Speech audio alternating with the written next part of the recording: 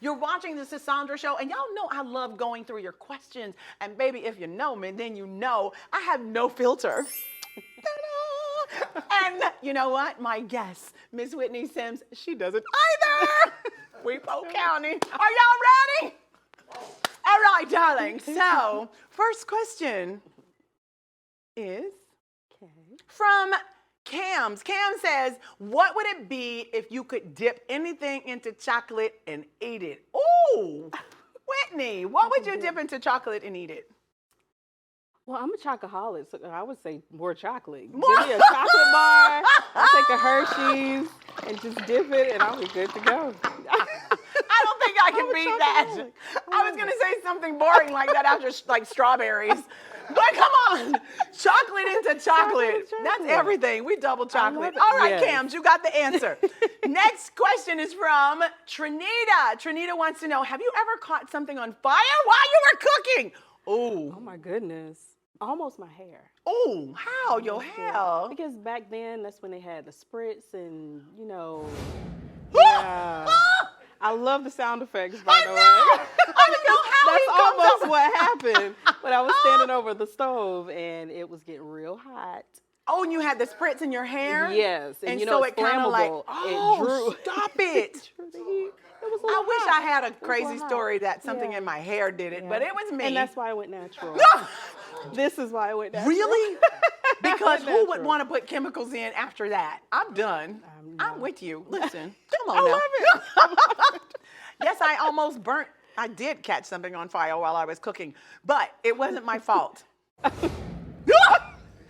see, what happened was I was on the phone, I was cooking, and then I said, I gotta go. I hung up the phone, I was cooking. And then there was grease. And so the grease popped into the eye of the stove, of the, whatever it called, the burner, and then it just went up. So and then after that, the sprinklers came on in the house.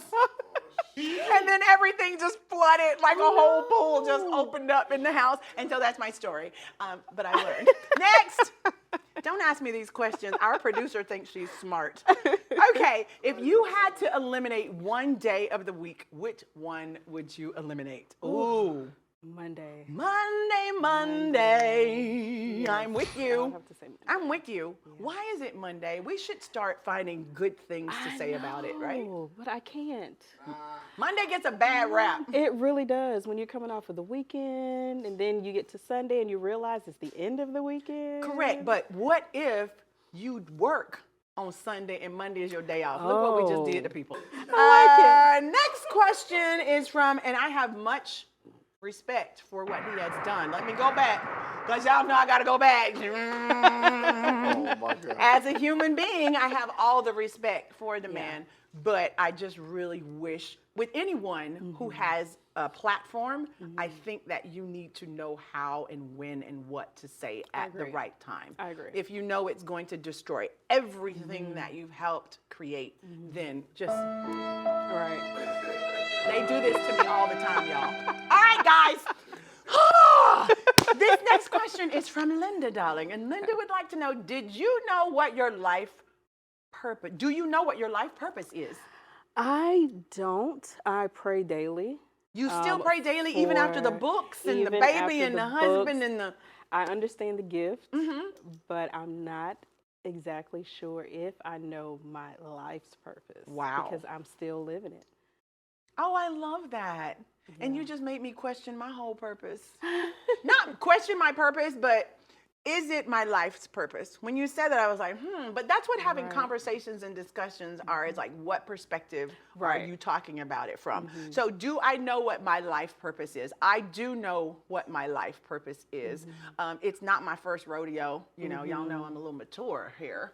So I believe that my purpose is to serve and uplift people. And I'm fine with that on every level, to serve and uplift people. Yes, that's my purpose.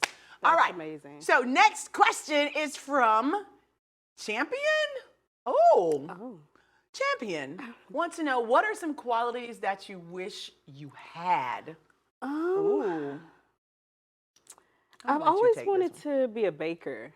I don't have the patience for it, but I literally just talked to my husband about it. I was like, I wish I could bake. My mother-in-law is an amazing bake. My mom is an amazing baker. You come. It just didn't. And that's about all I can bake. The Jiffy brand. The Jiffy cornbread. But Jiffy listen, we brand. getting fancy with the Jiffy cornbread what? now. What you put in it for Thanksgiving? I What didn't you do got? it for Thanksgiving. Really? I did not. Okay, so check this out. Has anyone ever made like a Jiffy corn souffle? Probably my aunt Rosetta. Okay, She I love Rosetta. is amazing when it comes to baking and experimenting. Really? She's amazing. She is amazing in yeah, general. She would definitely do Yes. the soufflés. So and she would know everything. about taking the she cream would corn for sure. and putting different. See, y'all better understand. Yes. That Jiffy is good though. Yes. 3 for $99.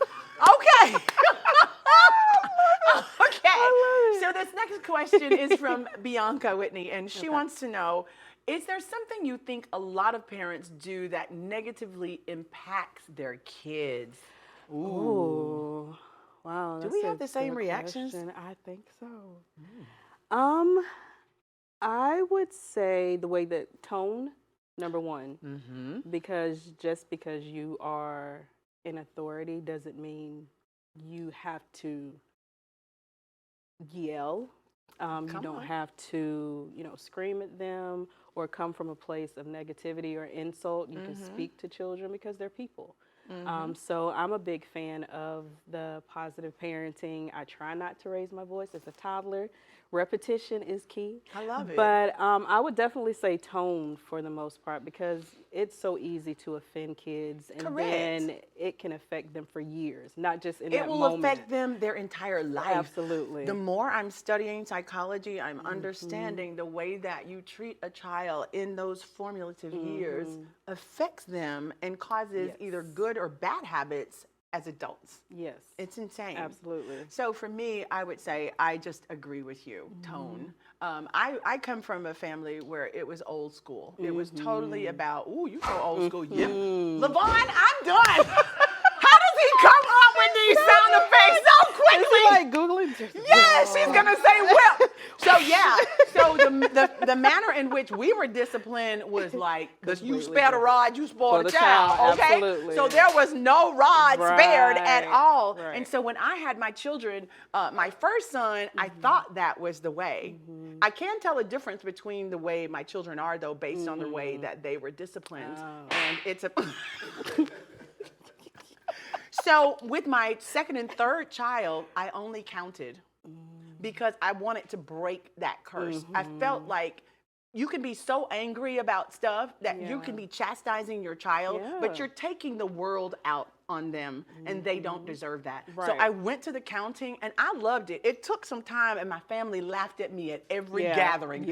And they were like, she's never gonna say 3. She's never gonna say 3. And I would just go 1, 2. But yes, the tone and learning to keep your hands to yourself was an incredible discipline for me with my children, and they all turned out perfectly fine without getting beat into the ground. Right. So that's all I'm saying is we ain't gotta beat our children to a pulp, but don't try me.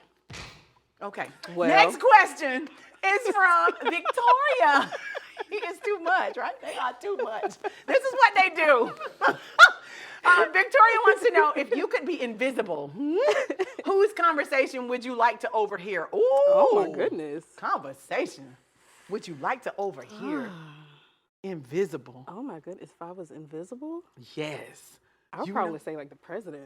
Really? That's the thing. What are you thinking? I need to know. But then I need to know. Like, what is your thought process? What are you thinking with a lot of these decisions that are being made? Which president?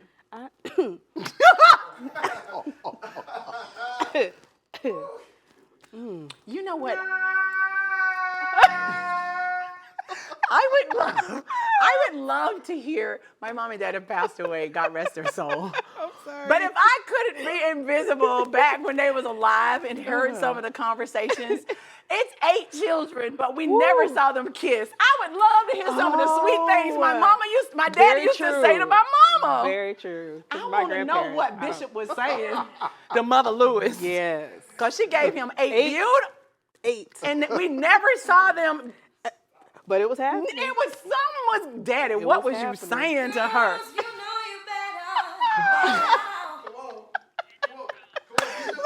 we gotta go. This has been great time talking to you. Thank you so much, Thank you Whitney. for having me. Listen, everyone, it's Whitney Sims. Y'all check her out on social media.